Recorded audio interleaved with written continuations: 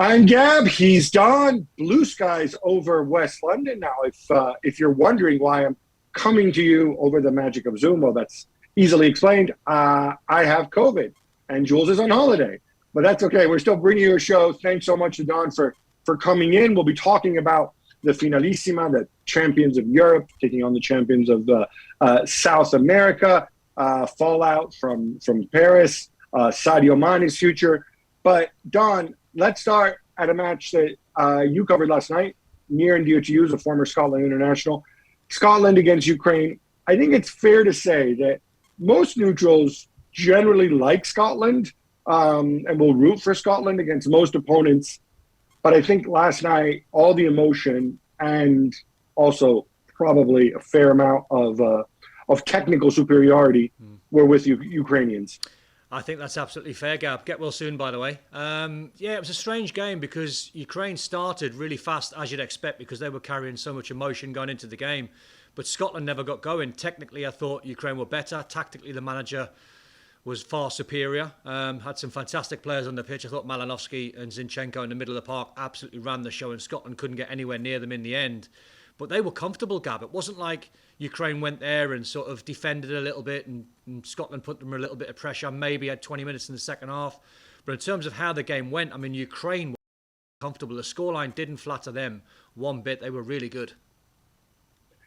Well, we saw this Ukraine team at the Euros. I watched them in person several times, and there is some talent there. Maybe they're not on a par with past Ukraine sides, but for me, the big question here was how are they going to be prepared? Because obviously, many of these guys, the ones who are based in Ukraine, and it is the majority of the team, they hadn't played competitive club games since the invasion. They had a training camp in Slovenia.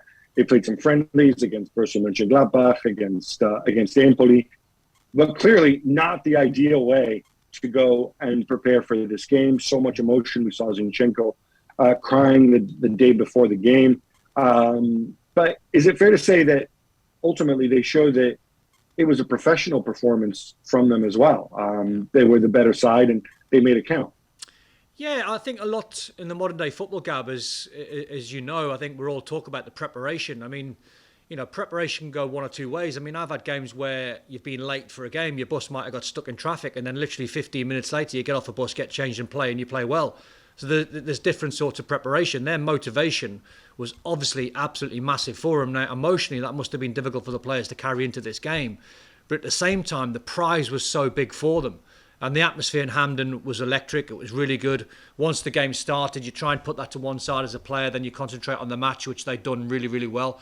But I think you were just looking at aside when you watched the 90 minutes unfold that were far superior to Scotland. Scotland could never get going. The tactics that the manager tried in that game, he had four at the back. He had Stepanenko as the holding midfield player who absolutely bossed John McGinn. John McGinn couldn't think for himself. Steve Clarke put John McGinn on the pitch in a position, in the number 10 position. But then he had to figure the problems out. Stepanenko just stood with him and he never sort of lost them. And then the four in front of that, and then the one guy up front who ran the channels was excellent. They had really good runners. They had lots of quality in midfield. And it was a poor showing. As I've watched Steve Clarke's Scotland team over the years evolve. I remember going back to a game against Belgium in Brussels. It feels like 2 or 3 years ago. It might have been slightly longer. And they got beaten that game, but they competed really well. This was the poorest I'd seen Scotland play. And I don't believe that was down to the emotion from the Scotland players' end. I just think tactically, Ukraine was far better. They approached the game with more intensity. They put Scotland under so much more pressure. And they massively, massively deserved to win the game. Yeah, they went 2-0 up. It felt like they could have added to it. Then obviously Scotland pulled one back before Ukraine scored on the counter in garbage time.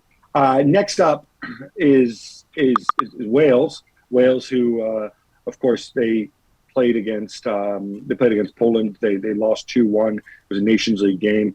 How do you see it going against Wales? Difficult because you don't know how much emotion and how much energy Ukraine put into that victory against Scotland last night. So can they recover? I expect they will. I think today might be one where they're sitting back and they feel absolutely shattered. But once they sort of refocus and go through one or two days of light training, Cardiff's going to be an amazing atmosphere. That'll be absolutely roaring. So it's something that Ukraine will have to be aware of. But I just think you're looking at a team, and you're looking at a team that's fighting for such a big prize. I think, I don't think there's too much between the sides. If anything, I'd have Ukraine slightly favourites, even though that's a slight contradiction because they are playing away from home in a hostile atmosphere. But they'll be used to it. The manager will prep them for that. But once the game kicks off, I think it'll be more or less the same as the Scotland game, where Wales have got technically one or two outstanding players, but team-wise, I think Ukraine will be too strong for them.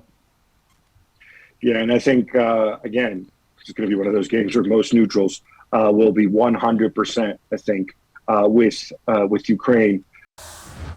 Well, thank you very much for watching ESPN on YouTube. For more sports highlights and analysis, be sure to download the ESPN app. And for live streaming, premium content, and let's not forget as well, ESPN FC 7 days a week. Subscribe to ESPN Plus.